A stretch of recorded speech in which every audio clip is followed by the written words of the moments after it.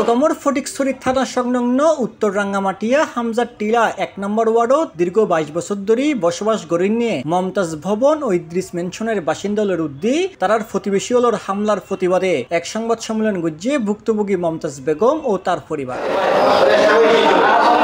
জুলাই ১৩ তারিখ শনিবার বিয়ালে চট্টগ্রাম প্রেস ক্লাবের এস রহমান হলত এই সংবাদ সম্মেলনত লিখিত বক্তব্য পাঠ করে বাদীর মাইফুয়া সাবরিনা আক্তার। ১.৫ বছর যাবৎ আর বিরোধী পক্ষ আর জাগা জমিল বিরোধ চলের ইয়ে লই ফটিকছড়ি সিনিয়র আদালত শুরু করি চট্টগ্রাম জেলা জজই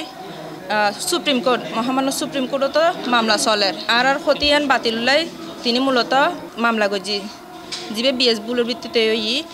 বিএস বুলের ভিত্তিতে যে এবার বাফর মামলাও আছে ৩০৭/২০১১ সালত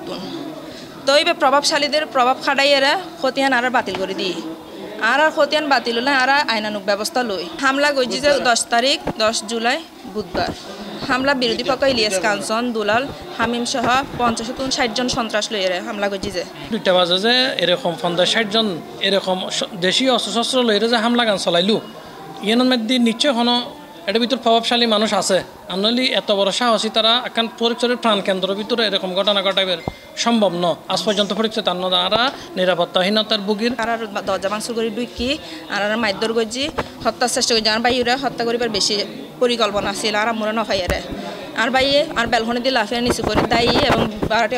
গলত ঢুকি গিয়ে যার কারণে আল্লাহ বাঁচাই। এই সংবাদ সম্মেলনত আরো উপস্থিত আছিল মোহাম্মদ আলাউদ্দিন হিরু, মামলার বাদী মমতাজ বেগম, আরেফা বেগম, হাজি দৃশ্য আর বোধকিয়া। আই ঘটনাস্থলে নোয়াছিলাম আগে সিটেং কুড়ুত আর অনুপস্থিতে আর হওয়ার খুন করতে আসছি আর বারাটির অত্যাচার চলাই বারাটি জিউন বাঁচাইতে গিয়ে ইউন আহত এখনো চিকিৎসাত আছে আর দিন রাত হুমকিত আছি আর বিয়া কোনো বাঁচন আর সহায় করুন।